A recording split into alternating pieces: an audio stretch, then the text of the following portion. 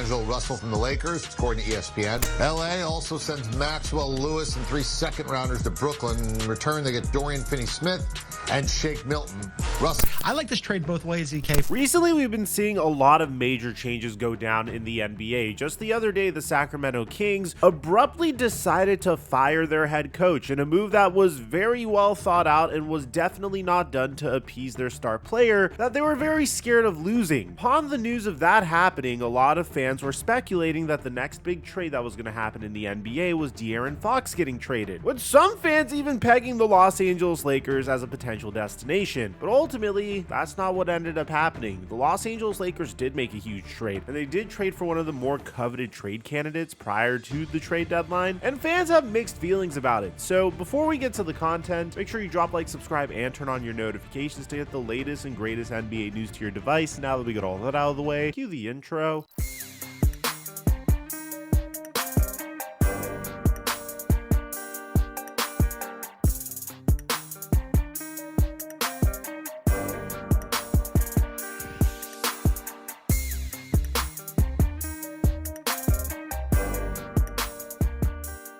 PrizePicks' new feature has been making us so much money. We've been having a lot of success on PrizePicks, and now they finally launched live squares, meaning that squares will update in real time on the app in the middle of a game. So if you see a player is being locked up on defense, you can take a lower square. Or if a player is on track for a generational game, you can take his higher square in the middle of the game. If you haven't signed up for PrizePicks, make sure you use my promo code microphone to get $50 when you make a $5 play to take advantage of this brand new feature. We've been dominating with our NBA and NFL picks, and I post them for free on my Instagram at TheFlightMike and Snapchat FlightMikeSnap. And thank you, PrizePicks, for the sponsor. Mic check 1 2 1 2. What's going on, everybody? D'Angelo Russell was drafted with the number 2 overall pick in the 2015 NBA draft right after Karl Anthony Towns and was supposed to be the future face of the Los Angeles Lakers. But ultimately, what would happen was D'Angelo Russell would spend 2 years with the Los Angeles Lakers before being traded to the Brooklyn Nets in what was essentially a throw-in for a salary cap dump of Timofey Mozgov to the Brooklyn Nets. Now, at the time, I was very frustrated about this news. Bro, I am heated, bro. Oh my God, I'm heated. I just left the library, literally within 20 minutes of getting there, starting to study, and I'm driving home right now to make this video. Oh, baby, you are not ready. I'm heated, bro. Not even to get Paul George. Not even to get Paul George. Why did we do this? Why did we do this? I'm heated, bro. I am so freaking heated, bro. But in the long run, it was quite worth it, considering the fact that the Lakers would eventually draft Kyle Kuzma indirectly as a result of this trade. D'Angelo Russell would then go to the Brooklyn Nets and experience the most success he's ever had in his career. Being paired with Kenny Atkinson was without a doubt the best thing for his career. D'Angelo Russell would even become an all-star during the 2018-19 season with the Nets before they agreed to a sign-and trade that included D'Angelo Russell that would eventually bring Kevin Durant to the Brooklyn Nets. D'Angelo Russell would then get traded to the Minnesota Timberwolves and spend a few seasons there before D'Angelo Russell was involved in a trade that would get the Los Angeles Lakers out of Russell Westbrook's contract. And instantly, the Lakers went from a team that was underachieving to a team that made a huge run to the Western Conference Finals. The Lakers, however, wouldn't be able to replicate their success from the 2023 season where they did trade for D'Angelo Russell, primarily because of Darvin Ham and his obsession with Taurean Prince. I mean, no, seriously, he refused to play the same starting 5 that got the Los Angeles Lakers to the Western Conference Finals. And when the Lakers would lose to the Denver Nuggets in the first round of the 2024 NBA playoffs, despite the Denver Nuggets being a little weaker than they were during their 2023 Western Conference Finals matchup, Darvin Ham's future would be called into question, primarily because Anthony Davis would call him out in the middle of the Nuggets series in 2024. We've shown that we're more than capable. We have stretches where we just don't know what we're doing on both ends of the floor.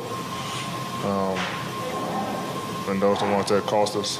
So. And when Darvin Ham would get fired, he would literally blame D'Angelo Russell for his failures, saying, and I quote, "It's been extremely challenging. Everyone that's been in and out of the lineup being criticized for having a consistent rotation when I don't have consistent healthy bodies. The thing that frustrates me, common sense tends to go out of the window when you talk about my job in particular. If you're coaching a team and one of your starters is like 10 games in a row just shitting the bed, what are you going to do?" Which is a crazy thing to say as you're about to lose your job, but whatever. D'Angelo Russell seemed very excited about the fact that JJ Redick was going to be his new head coach. In September, he said that the Lakers have been kind of winging it since his return to the organization, and he mentioned that there was more structure being around this summer. He said he appreciated JJ Redick's support. His kind words mean a lot to me because I'm not used to hearing those. He's certainly self-aware, and he knows he's a polarizing figure both around the league and with fans. So things were looking up for D'Angelo Russell going into this season, but one thing in particular sabotaged everything for D'Angelo Russell, and that's the fact that the Lakers found a starting five that kind of made him expendable. You see, on December 8th, the Los Angeles Lakers would put out a lineup of Max Christie, Anthony Davis, Rui Hachimura, Dalton Knecht, and Gabe Vincent. This would eventually evolve into Max Christie, Anthony Davis, Rui Hachimura, LeBron James, and Austin Reeves. Since Max Christie was inserted into the starting lineup, the Lakers have lost only 2 out of their last 8 games. Now, granted, 3 of these victories came against the Sacramento Kings, who have been struggling as of late, but Max Christie has been somewhat of a revelation for the Los Angeles Lakers. In his last 3 games alone, Christie has averaged 16 points per game, shot 51.6% from the field, 37% from 3, and has averaged 1.3 steals, really evolving into that 3-and-D type of player that the Los Angeles Lakers were hoping for. Most importantly, this made D'Angelo Russell expendable. And well, earlier on Sunday, we would find out that the Lakers were reportedly staying patient with their trade approach and could wait until the February 6th trade deadline to make a move. We'd find out very shortly after that the Los Angeles Lakers swung a huge trade, and believe it or not, this is a very divisive and polarizing trade. So according to Shams Charania, the Los Angeles Lakers have agreed on a trade, sending D'Angelo Russell and Maxwell Lewis, in addition to 3 second-round picks to the Brooklyn Nets for Dorian Finney-Smith and Shake Milton, sources tell ESPN. Now, the funny part about all this is the second time the Los Angeles Lakers are trading D'Angelo Russell to the Brooklyn Nets. But on top of that, D'Angelo Russell actually reunites with one of his high school teammates from Monteverde Academy, that's Ben Simmons. At the time that we're making this video, immediately after the trade, some people were speculating that D'Angelo Russell was going to be a buyout candidate, but I don't necessarily think that's what's going to happen here, because the Nets traded for D'Angelo Russell 1 month before the trade deadline, and he's on an $18.6 million expiring contract. It would not shock me one bit to see D'Angelo Russell rerouted before the trade deadline, or for the Brooklyn Nets just to keep him. And Mike Scotto even mentions this. For those suggesting that the Brooklyn Nets and D'Angelo Russell would consider a buyout, I'm told that's not the case. D'Lo will come to Brooklyn for his second stint with the Nets after becoming an all-star with the organization in 2019. He's on a $18.69 million deal. Now, how do I feel about this trade in terms of value for both sides? It's very difficult to say, because if you guys remember 1 year ago, the Brooklyn Nets got a great offer for Dorian Finney-Smith that they rejected. They were offered 2 first-round picks for Dorian Finney-Smith, and at the time he was coveted by not just the Lakers, but also the Mavericks, the Bucks, the Thunder, the Suns, and the Kings. And this is primarily because he was one of the better two-way players in the NBA and was capable of defending multiple positions. A 3-and-D players are always at a premium in the NBA, so it makes sense why DFS's value was so high last year. But the Lakers were able to get him for just 3 second-round picks and an expiring contract of a player that seems to be getting phased out of their rotation. If you take a look at Dorian Finney-Smith's 3-point percentage since the 2019-20 playoffs, during the regular season he shot 38% from 3. During the playoffs he shot 42% from 3.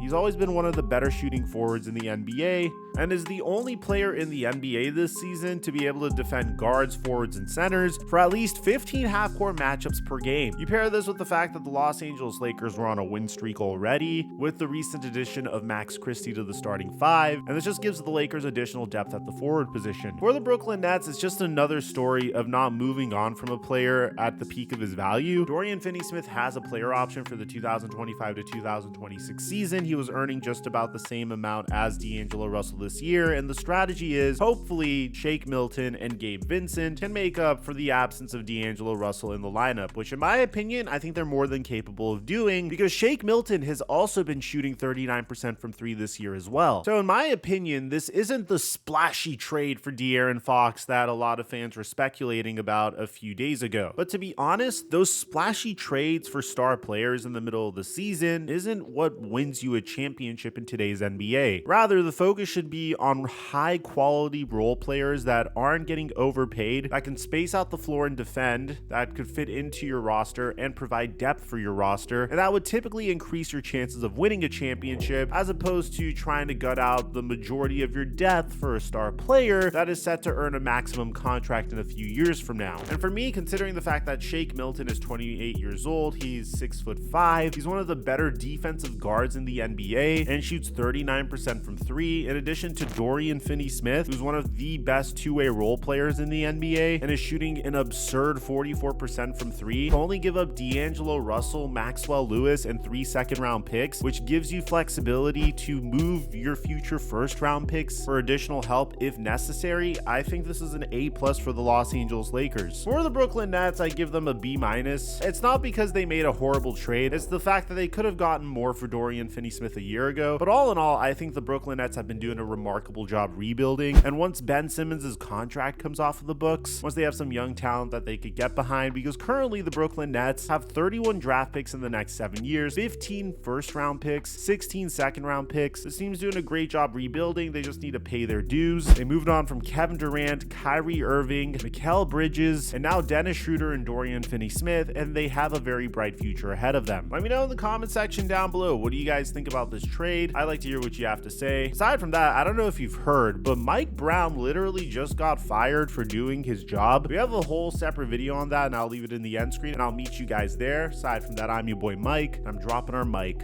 until our next upload.